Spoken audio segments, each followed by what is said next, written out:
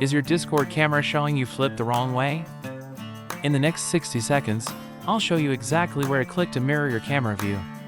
First, on your desktop, open Discord and make sure you're logged into your account. Look to the bottom left corner. Click the small gear icon next to your username to open user settings. On the left sidebar, scroll if needed, then click on Voice and Video. This is where all your camera controls live. In the main panel, scroll down until you see the Video Settings section and your camera preview. Make sure the correct camera is selected from the drop-down so you're previewing the right device before you change anything.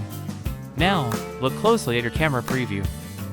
Many Discord users see themselves reversed here, but normal to everyone else. Discord doesn't include a built-in mirror switch, so to flip your view, you'll use your camera's software or driver.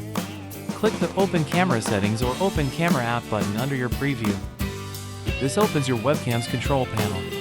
In that camera window, look for options like Mirror Image, Flip Horizontally, or Rotate. Turn on the horizontal flip. Switch back to Discord and check the preview. You should now see your camera mirrored the way you expect on screen. That's it. You've mirrored your camera on Discord. Hit Escape to close settings and you're ready for your next call.